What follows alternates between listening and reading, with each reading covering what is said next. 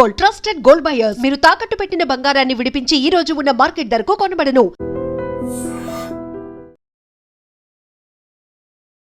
నమస్తే, welcome to I dream social spotlight with కవిత.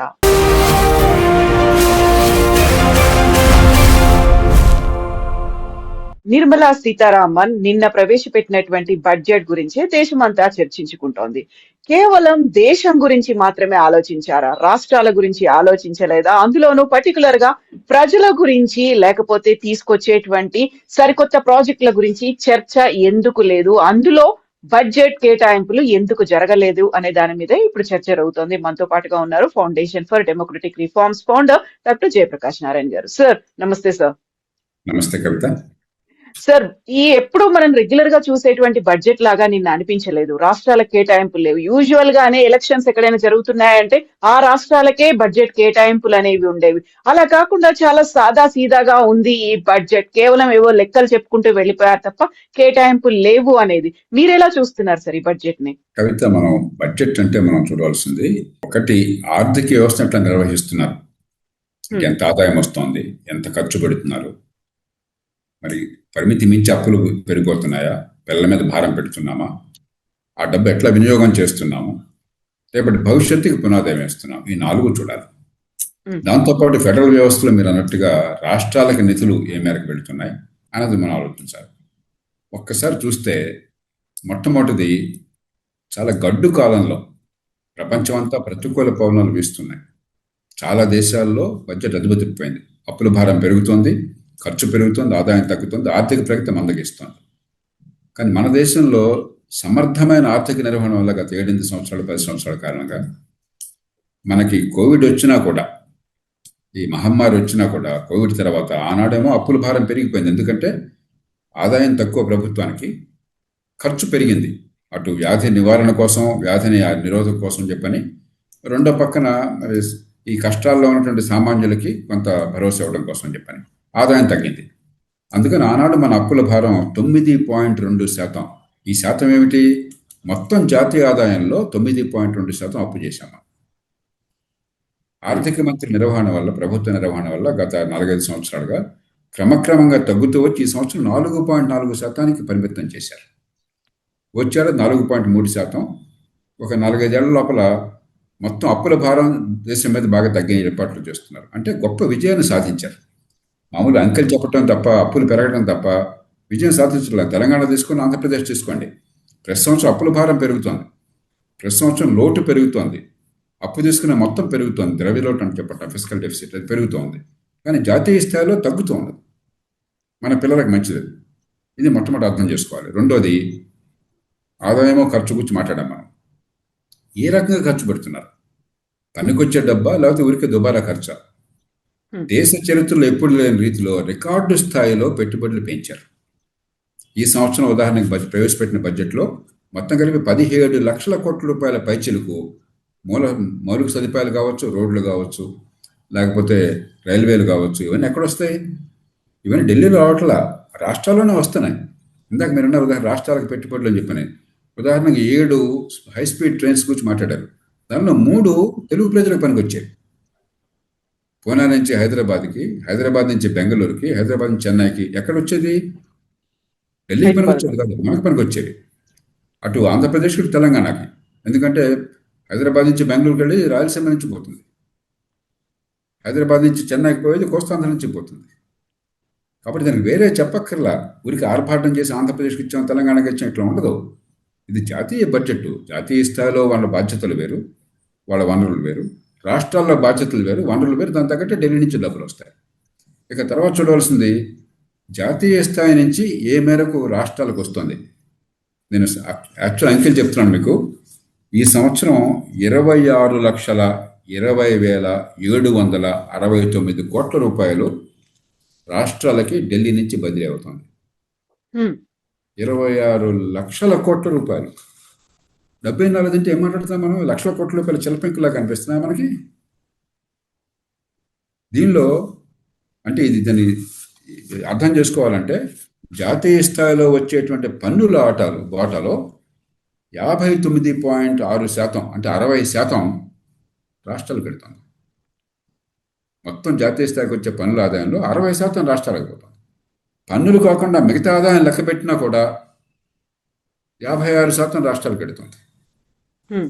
మరి దీనిలో అన్ని రాష్ట్రాలు ఇక మరి జాతీయ బడ్జెట్లో మీ ఊరికి ఎంత ఇచ్చాం, మీ జిల్లాకి ఎంత ఇచ్చాం, మీ మండలాకి ఎంత ఇచ్చాం రాస్తారా? అదే మనం చెప్పాల్సింది. కాబట్టి దీనిలో ఏంటంటే విషయం తెలియకుండా ఇక ప్రతికూల పరిస్థితుల్లో అమెరికా వాళ్ళేమో మన మీద 50% టారిఫ్లు వేశారు. ఎగుమతులు అమెరికాకి ఆగిపోయినాయి. మరి ఇది ప్రపంచం అంతా ఒక ట్రంప్ గారి పుణ్యం అత్తరకొత్తలం అవుతోంది. యుక్రెయిన్ యుద్ధం వల్ల కానీ రేపు ఇరాన్లో రావచ్చు, మరో చోట రావచ్చు, ఏమవుతుందని గందరగోళంగా ఉంది. ఈ పరిస్థితుల్లో భవిష్యత్తు పదిలపరచడం కోసం ఏర్పాట్లు చేయాలి. రాబోతున్న కాలం ఆర్థిక ప్రగతి ఏర్పాట్లు చేయాలి. చాలా పకడ్బందీగా ఏర్పాట్లు చేశారు. బడ్జెట్లో కొరతలు లేవు కాదు, నా దృష్టిలో 2 కొరతలు ఉన్నాయి. ప్రభుత్వ రంగ సంస్థలను ప్రైవేటీకరించడం అసలు పెద్దగా పట్టించుకోవట్లేదు. 70 లక్షల కోట్ల రూపాయలు ప్రభుత్వ రంగ సంస్థల్లో మునిగిపోయింది. మన డబ్బు, ప్రజల పన్నుల డబ్బు అక్కడికి పోయింది. మనం ఏమవుతుంది, ఇప్పుడు డబ్బులు లేక పెట్టుబడుల కోసం చెప్పిన అప్పులు చేయాల్సి వస్తుంది. మళ్ళీ ప్రజల మీద భారం పెడుతుంది. దాన్ని ప్రైవేట్ రంగానికి కనుక బదిలీ చేసినట్టయితే డబ్బులు వస్తాయి, సంక్షేమానికి ఖర్చు పెట్టచ్చు, అప్పుల భారం తగ్గుతుంది, పెట్టుబడులకు ఖర్చు పెట్టచ్చు. అంతకు మించి ప్రభుత్వం దగ్గర ఉంటే సరిగ్గా నిర్వహించట్లే, ఏదో ముక్కుబడిగా నిర్వహిస్తున్నారు. అదే ప్రైవేట్ రంగంలో ఉంటే విపరీతంగా మార్కెట్ షేర్ పెరుగుతుంది, టర్న్ ఓవర్ పెరుగుతుంది, లాభాలు పెరుగుతాయి, ప్రభుత్వానికి పన్నులు పెరుగుతాయి, ఆర్థిక వ్యవస్థ పెరుగుతుంది, ఆర్థిక ప్రగతి పెరుగుతుంది, ఉద్యోగాలు కలుగుతాయి. దాని మీద పెద్దగా ఆలోచించట్లా, భయపడుతున్నారు, రాజకీయంగా ఇబ్బందులు అవుతాయని చెప్పాను. రెండవది, చిన్న పట్టణాల మీద గట్టిగా దృష్టి పెట్టాలి.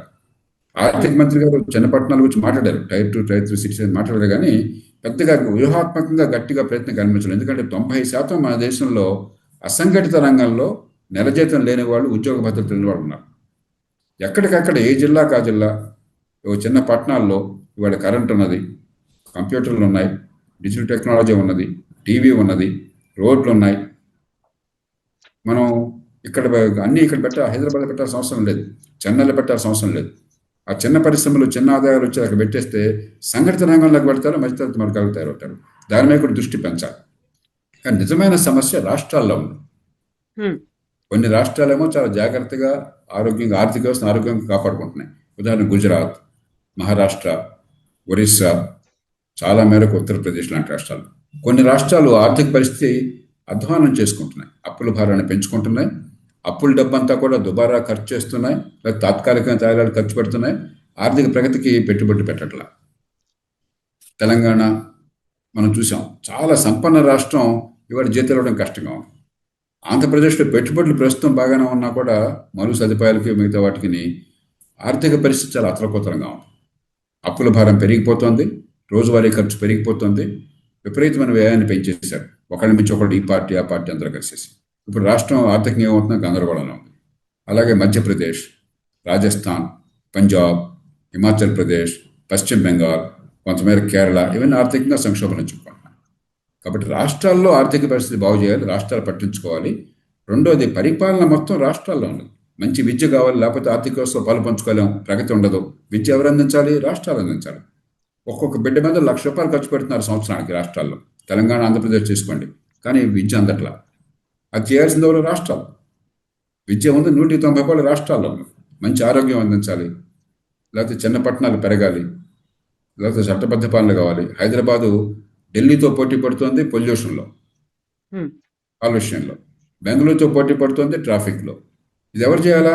రాష్ట్రం చేయాలా, స్థానిక ప్రభుత్వాలు చేయాలి. కాబట్టి పరిపాలన బాగు చేసేది, ఆర్థిక వ్యవస్థను పెంచేది, వనరులను జాగ్రత్తగా కాపాడేది రాష్ట్రాల చేతుల్లో ఉంది. ఢిల్లీ వరకు సమర్థమైన పనిచేస్తున్నారు, మరికొన్ని చేయాలి. అవి చేయాల్సింది గట్టిగా పట్టుబడాలి. సార్, ఈ బడ్జెట్ గురించి ఇంత విపరీతమైన చర్చ జరుగుతుంది, అందులో పాలిటిక్స్ కూడా ఎంటర్ అయిపోయాయి. మన రాష్ట్రానికి కావలసినటువంటి ప్రత్యేకమైనటువంటి కొన్ని సౌకర్యాలు ఉన్నాయి, ప్రాజెక్టులు ఉన్నాయి, దానికోసం కేంద్రం తరఫున బడ్జెట్ రావాలి, అలొకేషన్స్ అనేవి ఉండాలి, మేము ప్రతిపాదనలు పంపిస్తున్నాము, బట్ మాకు మాత్రం కేంద్రం దగ్గర నుంచి ఒక సానుకూల స్పందన రాలేదు అనే మాట ప్రతి రాష్ట్రం, అందులోనూ కాంగ్రెస్ కూడా ఇది జీరో బడ్జెట్ అనే మాట చెప్తోంది.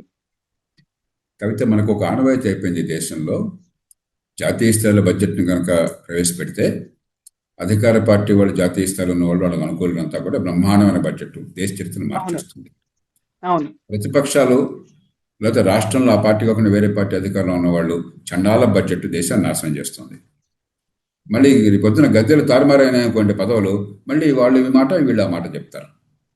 అలా కాదు చూడాల్సింది. మనం వాస్తవాలు చూడాలి, అంకెలను చూడాలి, వాస్తవాలు చూడాలి, ఫలితాలను చూడాలి. రెండోది, మీకు రాష్ట్రం సంగతి ఇందాక చెప్పాను, ఎన్ని లక్షల కోట్ల రూపాయలు రాష్ట్రాలకు వస్తుందని చెప్పాను. మన రాష్ట్ర భవిష్యత్తు మన చేతుల్లో ఉంది. మన ప్రతిదానికి కూడా ఢిల్లీ మీద భారం పెట్టి, ఒక చిన్న వర్షం పడింది హైదరాబాద్లో, వరదలు వచ్చినాయి, ఢిల్లీ నుంచి డబ్బులు కావాలా? అరే 26 లక్షల కోట్ల రూపాయలు ఎక్కడి నుంచి వస్తాయి అనుకుంటున్నారు? వాళ్ళకు వస్తున్న పన్నుల ఆదాయంలో 60% మీకు పంపించేశారు. ఇంకేమి ఇస్తారు? వాడి జీతాలు ఇవ్వాలి, వాడి పెన్షన్లు కట్టాలి, అక్కడ వడ్డీలు కట్టాలి. రాష్ట్రాలకు నిధులు పంపించిన తర్వాత జీతాలు, పెన్షన్లు, వడ్డీలు కలిపితే ఢిల్లీకి వచ్చే ఆదాయం కంటే ఖర్చు ఎక్కువ ఉన్నది. మిగతా తప్పులే. రాష్ట్రాలు మొత్తం దేశంలో ప్రభుత్వాలు పెట్టే ఖర్చులు, ఈ మాట అందరూ అర్థం చేసుకోవాలి. ప్రభుత్వాలు పెట్టే ఖర్చు మొత్తంలో రాష్ట్రాలు 60% రాష్ట్రాలు ఖర్చు పెడుతున్నాయి. 37% ఢిల్లీ ఖర్చు పెడుతోంది. 3% స్థానిక ప్రభుత్వాలు. ప్రపంచంలో స్థానిక ప్రభుత్వాలు ఇంత తక్కువ ఖర్చు ప్రపంచంలో ఎక్కడా లేదు. ప్రపంచంలో రాష్ట్ర ప్రభుత్వాలు ఇంత ఎక్కువ ఖర్చు ప్రపంచంలో ఎక్కడా లేదు. రెండు తప్పే. కాబట్టి ఇదంతా గడుస్తానం తప్ప, బాధ్యత తప్పించుకోవడం తప్ప. ఇది పూర్వం ఏమంటుందంటే, ప్రతి ఏ చిన్న పనికి ప్రణాళిక సంఘం ఆమోదం కావాలి, ప్లానింగ్ కమిషన్ లేదు. దానికి చట్టబద్ధత లేదు, రాజ్యాంగబద్ధత లేదు. ఒక అధికారికంగా ఒక గవర్నమెంట్ ఆర్డర్ ద్వారా దాన్ని ఏర్పాటు చేశారు. ఏం చేయాలన్నా వాడి అనుమతి కావాలి. అట్లాగే ఢిల్లీ నుంచి వచ్చే డబ్బులు ఇష్టం వచ్చినట్టు ఉండేది. 2004-2005 ఆ ప్రాంతాల దాకా, 1995-90, 2000 దాకా గందరగోళం, 10వ ఆర్థిక సంవత్సరం దాకా గందరగోళంగా ఉండేది. ఈ పన్నులో ఎంత వాటా, ఆ పన్నులో ఎంత వాటా. ఇప్పుడు అలా కాదు, స్పష్టంగా 41% వాళ్ళకి వచ్చిన పన్ను డబ్బులు మనకు వచ్చేస్తుంది, పారదర్శకంగా వచ్చేస్తుంది. అది మీది ఏం చేసుకుంటారని చెప్పారు. కాబట్టి పద్ధతులు మారినాయి. మనం ఇంకా ఇక్ష్వాకుల కాలంలో ఉండి ప్రతి ప్రాజెక్టుకి ఢిల్లీ నుంచి అనుమతి కావాలి, వాడు సంతకం పెట్టాలి, వాడు ఓకే అనాలి. అది లేదు, ఇప్పుడు మీ చేతుల్లో ఉంది. పూర్వం ఎయిర్పోర్ట్ కావాలంటే మీ చేతుల్లో లేదు, ఇప్పుడు మీరు చేసుకుంటున్నారు. హైదరాబాద్ ఎయిర్పోర్ట్ ఢిల్లీ వాళ్ళు ఎవరా, మనం చేసుకున్నాం, ప్రైవేట్ రంగాన్ని పిలిచాం. అలాగే మీకు పోర్టులు ఉన్నాయి, తీర ప్రాంతం అయితే. పూర్వం ఢిల్లీ వాళ్ళు డబ్బులు ఇవ్వకపోతే పోర్టులు లేవు, వాళ్ళు పెట్టుబడి పెట్టకపోతే పోర్టు ప్రైవేట్ రంగం నుంచి వచ్చేస్తున్నాయి. పరిస్థితి మారింది దేశంలో. 60% వనరులు మీ చేతుల్లో ఉన్నాయి. ప్రభుత్వం పెట్టాక 60% మీ చేతుల్లో ఉంది.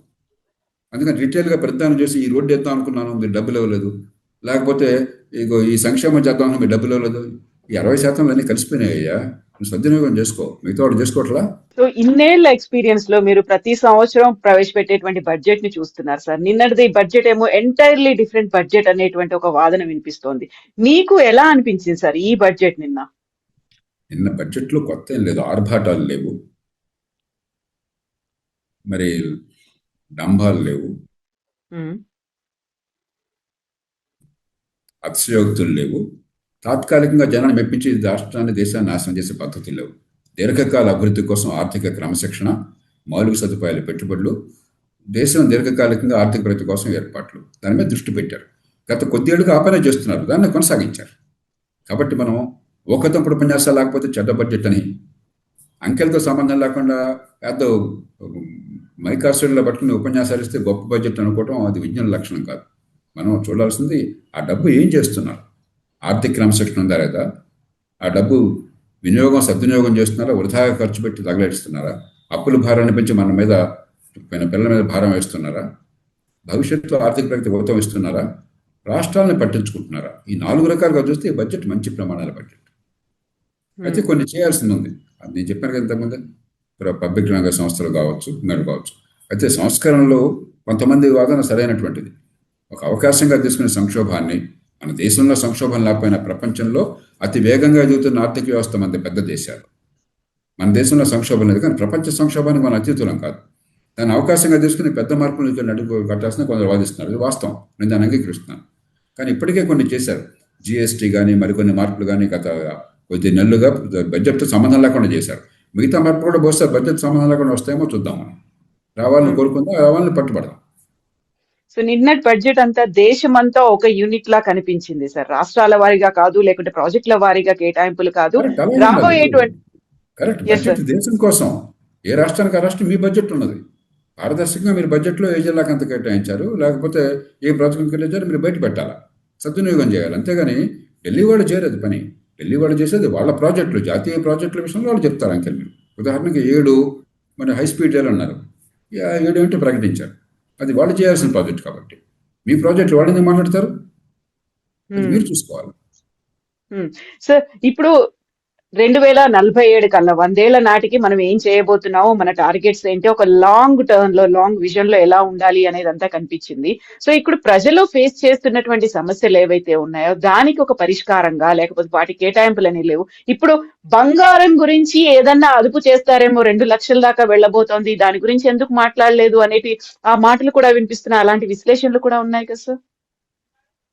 బంగారం గురించి మాట్లాడారు కవిత, కొంచెం మనం లోతుకి వెళ్ళాలి. చాలామంది తెలియకపోవచ్చు, ప్రపంచం మొత్తంలో అతి ఎక్కువ బంగారం ఉన్నది భారతదేశంలో. మన దగ్గరే మొత్తం ప్రపంచ చరిత్రలో ఆదిమ మానవుడి దగ్గర నుంచి ఇప్పటిదాకా 191,000 టన్నుల బంగారాన్ని వెలికి తీసి ఉత్పత్తి చేశారని అంచనా. దానిలో 35,000 టన్నులు మన దేశంలో ఉన్నది. దాని విలువ మీరు ఈవేళ కనుక రూపాయల్లో లెక్కడితే, డాలర్లు లెక్కడితే ఉదాహరణకి, దాని విలువ సుమారుగా $5 ట్రిలియన్ పైన ఉన్నది. 5 ట్రిలియన్ పైన ఉన్నది. కాబట్టి ఖచ్చితంగా బంగారాన్ని వెలికి తీయటం మంచిది నా దృష్టిలో.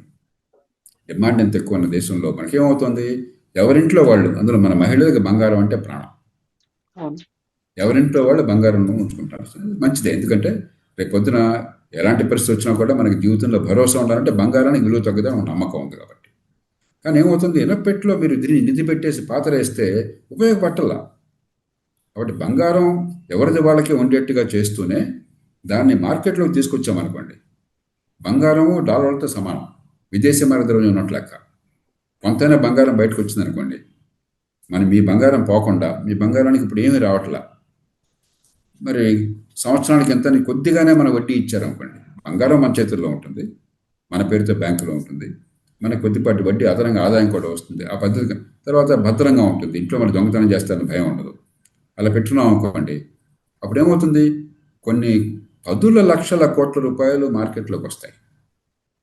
దాన్ని పెట్టుబడులకు ఉపయోగించవచ్చు దేశంలో. ఇప్పుడు పెట్టుబడులు లేక విదేశాల నుంచి కానీ దేశం నుంచి కానీ పెట్టుబడులు సరిగ్గా అవసరం. ఇప్పుడు మనం పేద దేశాల్లో అవసరాలు ఎక్కువ, డబ్బులు తక్కువ, కాబట్టి పెట్టుబడులు ఎవరు పెట్టాల్సిన అవసరం ఉంటుంది. ఆ పెట్టుబడులు లేక అలమటిస్తున్నాం మనం. దానికోసం ప్రభుత్వాన్ని ఇందాక మెచ్చుకుంటున్నాం. ఎందుకని 17 లక్షల కోట్ల రూపాయలు పెట్టుబడులు పెడుతున్నారు. 10-12 ఏళ్ల క్రితం 2 లక్షల కోట్ల రూపాయలు ఈ దేశంలో పెట్టుబడుల కోసం ప్రతి సంవత్సరం పెట్టేది. 8 రెట్లు పెంచారు. 8 రెట్లు పోతే 20 రెట్లు చేయొచ్చు. కాబట్టి దానికి పథకాలు ఏర్పాటు చేయాలి. కానీ రాజకీయంగా భయపడుతున్నారు. బంగారాన్ని బయటకు తీసుకురండి అని చెప్పంటే ప్రజలు ఎదురుతారన్న భయంతో ప్రభుత్వాలు మౌనంగా కూర్చుంటున్నాయి. బంగారం రేటు మన ప్రభుత్వం చేతుల్లో లేదు. అంతర్జాతీయ మార్కెట్లో బంగారం గ్లోబల్ కమాడిటీ. ఒక దేశంలో ఒక రేటు, ఇంకో దేశంలో ఇంకో రేటు ఉండదు. కాబట్టి బంగారానికి డిమాండ్ ఉన్నది. మన దేశంలో ఉదాహరణకి ముడి చమురు తర్వాత అతి ఎక్కువ విదేశీ ద్రవ్యం ఖర్చు పెడుతుంది బంగారం మీద. కొన్ని సంవత్సరాలు 1000 టన్నులు దిగుమతి చేసుకుంటున్నాం. ఈ సంవత్సరం నాకు ఎంతో తెలియదు, బహుశా 400 టన్నులు కనీసం దిగుమతి చేసుకుంటున్నాం. 400 టన్నులు అని చెప్పంటే ఇవాళ పరిస్థితుల్లో బంగారం మీకు ఒక $60-70 బిలియన్, ఒక $70 బిలియన్, $60 బిలియన్ మనకి బంగారం దిగుమతిగా ఖర్చు అవుతుంది. కాబట్టి విదేశీ ద్రవ్యం పోతున్నది. అయితే బంగారం విషయంలో నా దృష్టిలో కొన్ని ఏర్పాట్లు చేయాల్సిన అవసరం ఉన్నది.